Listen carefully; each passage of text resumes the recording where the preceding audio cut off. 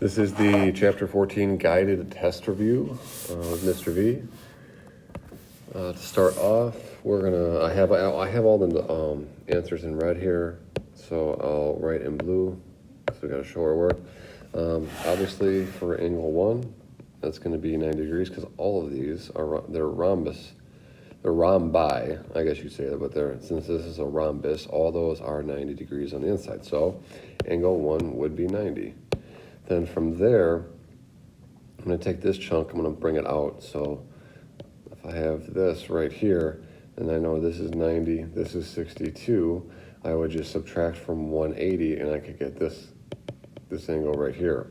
Also, we know that angle 3 right here has to be 62 because this diagonal in a rhombus is an angle bisector in it. If this is 62, this is 62. Just like if this is a certain angle, it's the same there. Same here, same there. Okay, so how do we find measure 2 here? So we know this is 90. We now know this is 62. So then we just do 180 minus 90 minus 62, and we're good to go. All right, 2. I know angle 3 is 90 right away. All these are 90 here.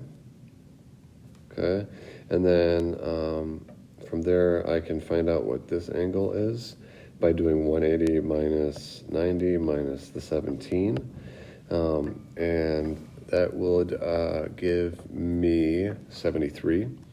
And I know that because angle 1 is 73, so these are the same angles here.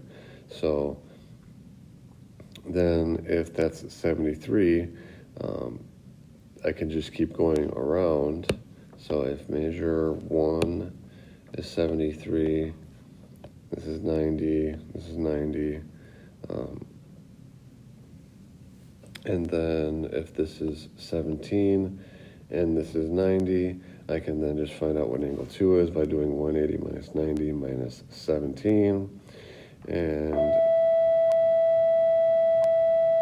I would get 73. So measure 1 and measure 2 are 73. Just remember, that's an angle that's cut in half because it's bisected. 3. So this one's a little bit different, but just keep in mind that they share this bottom side right here. So if this is 57, what I would need to do is I would take 180 minus 57. Okay, and what I get from there is 123, and then I can just divide that by 2, and I get 61.5. This is a little bit tricky because it doesn't say it's an isosceles, but it is. So don't worry about that. Just worry about how you got these answers. And then 2 and 4 are the same because this angle is cut in, each one of these angles are cut in half. All right, 4. Use the properties of a rhombus, solve for x. So for a rhombus, what we would need to do is remember that all sides are equal on a rhombus and that opposite sides are parallel. So that'd be parallel and these would be parallel. So knowing that opposite sides are, or not opposite sides, all sides are equal, I know that I could just do 5x plus 4 is equal to 2x plus 13. I would then get 3x is equal to 9, and then divide by 3, x is equal to 3. For this guy right here, I need to find out what this angle is. Now, obviously I know, again, because it's a rhombus, all the inside angles are 90 degrees, okay? So I'll do 3x plus 60 is equal to 90, and then 3x is equal to 30, so then x would be equal to 10. All right, so now we're looking at some rectangles here, and remember to look at the properties of a rectangle and a parallelogram. For this one right here, the property we need to know is that on a straight line right here, That's 180 degrees. So I'm going to add these two together. 7 equal to 180. I'm going to get 3x and then plus 30 equals 180. I'm going to have 3x then is equal to 150. So x will then be 50. All right, and then we know that opposite sides of a rectangle are congruent. So this is equal to this. So let's do 8x minus 13 is equal to 7x plus 11. And then bring the 7 over, or negative 7 over, bring 13 over. I will have x is equal to 14. No, not 14, 24.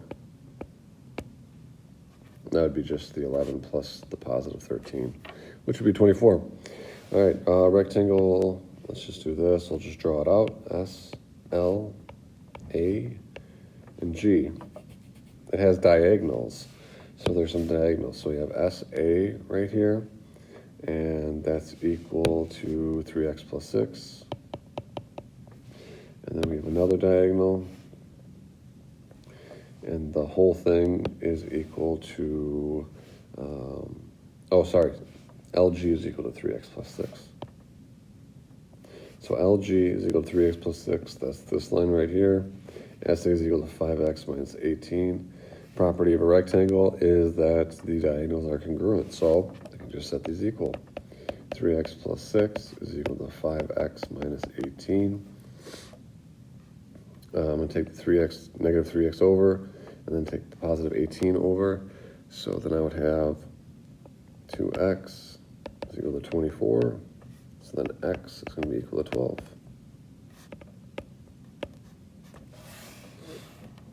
All right, I've measured BDC. So here to here to here, BDC is equal to 7x plus 1. And then ADB is equal to 9x minus 7. So these are all rectangles here. So what I have is ADB is equal to 9x minus 7. And then BDC is equal to 7x plus 1. We would then have to look at the properties of a rectangle, and then what you have to keep in mind is on a rectangle these are 90 degrees. So as you can see, those two angles, when they're going to be added up, they're going to have to equal 90 degrees. So I would do 7x plus 1 and then add 9x minus 7, so that equal to 90 degrees. So that would give me 16x minus 6 is equal to 90. 16x is going to be equal to 96. I'll do 96 divided by 16. And then x will give me 6, but I'm not done yet because I got to find BDC. BDC is 7x minus 1. I'm sorry, 7x plus 1. So it'll be 7x. 7 times x is 42, plus 1 is 43, so measure DBC is equal to 43 degrees. All right, so now we got a square. Now remember, a square, we've got a bunch of right angles here. Here. So there's a lot of different stuff we can find. So if AB is 2x plus 4, CD is 3x minus 5. Now remember, it's also all these sides are congruent too. So I can just set these together and then plug in for BC. So I'm going to do 2x plus 4 is equal to 3x minus 5. Bring the 2 over, bring the 5 over. So I'll have x is equal to 9. So then if I plug it in and I need to find BC here. But I could just plug it in because all sides have to be congruent. So I'll just plug it in for AB here, which is 2x plus 4. 2 times 9 is 18, plus 4 is 22, sorry. So AB is 22. That means BC is also going to be 22. all of the sides will be 22. Okay, so BC is equal to 22. If measure, let me just get rid of some of this stuff for you. If measure AEB is equal to 3x, find x. Well, AEB is going to have to equal 90 degrees, so it would just be 3x is equal to 90. So then x would equal 30. If measure BAC is equal to 9, so B, A, and then C, so this angle right here is equal to 9x. Well, here's the thing, and this is why we need to know our properties, right? So even if this angle right here is 90 degrees, and AC is an angle bisector, that means this is equal to 45, right? Both of these are 45 degrees. So if it's telling me that BAC is 9x, and I know that BAC actually equals 45, I just set it equal, so then x is equal to 5.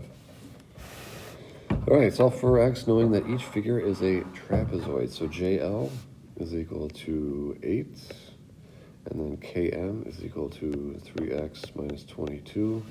These are going to be equal to one another. Diagonals are equal in a trapezoid, especially if it's an isosceles trapezoid. Okay, that's the hint right there. Look at these markings. So I'm going to do 3x minus 22 is equal to 8. I'm going to add 22, so 3x is equal to 30. Divide, and I'll get x is equal to 10. 14, we got to remember our equation. It's 1/2 base 1 plus base 2 is equal to the midpoint, or the mid-segment. All right, so I would do 1/2 times 4x plus 3. I'm sorry, not 4x plus 3, that's wrong. I would do 1/2, 24 plus 14 is 38. It's going to be equal to 4x plus 3. So I'm going to do 1/2 times 38, or 38 divided by 2, however you want to look at it. So 19 equals 4x plus 3, minus 3 on each side, so 16 is equal to 4x. Divide each side by 4. X will be equal to 4. Final answer. All right, 15. Hey, same thing, right? Close to the same thing, actually. Isosceles triangle, right? Not triangle, isosceles trapezoid. So here's the thing. Knowing that these are, or this is equal to this that's equal to the side, and that's equal to that side, that would mean that this is parallel to here, and this is parallel to here. So you could have those little signs, right? So that would mean that this angle is going to be the base angle with this angle. So what I would do is, since this is a straight line right here, I would have 7x plus 11 plus 95 is equal to 180. And I think I'm right here, but I'll just check. 180 minus 95.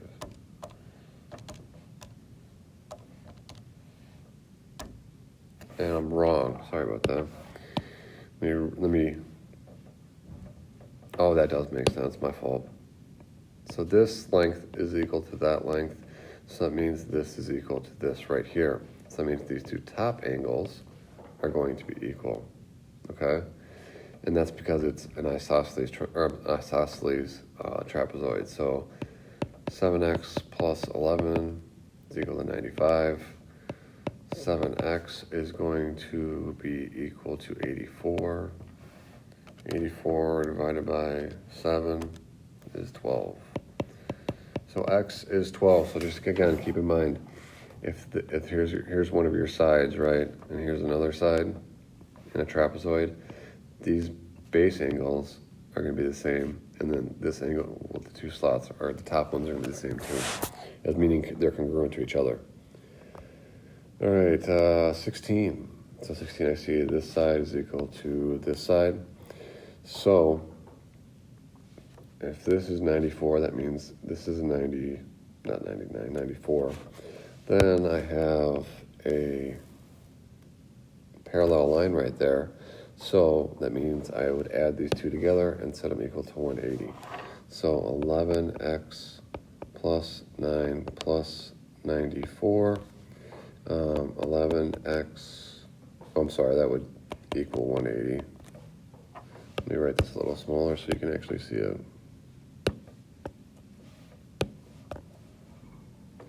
So then I'd have 11x plus 103 is equal to 180. I'll minus the 103, so I'll have 180 minus 103, 77. 11x equals 77. Divide by 11, x is going to equal 7. So I just erase some of this. I know I keep reiterating it, but since it's an isosceles trapezoid, this is equal to this, and then t is equal to this. And then, since it's isosceles trapezoid, this is a straight line, so those two angles, S and T, added up have to be 180, just like Q and R. Okay?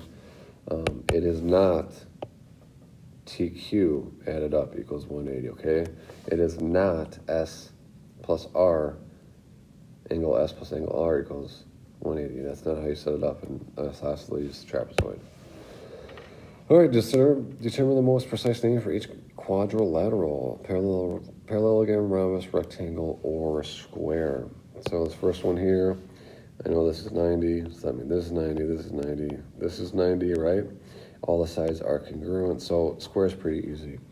Second one, rectangle, opposite sides are congruent, right? They're there, opposite sides are parallel. And then you have 90 degrees in all of the corners, so it would easily be a rectangle. All right, all of the sides are congruent, or I'm sorry, parallel. And then they're all congruent because there's all three there, so the only one it can be is a rhombus. Here we have all of them are parallel and all of them are congruent, so that means any diagonal would be perpendicular bisector, and their insides would be 90, so that'd be a rhombus. All right, any questions? You got to email me, okay? Otherwise, stop in early, stop in after school, and best of luck on the test tomorrow.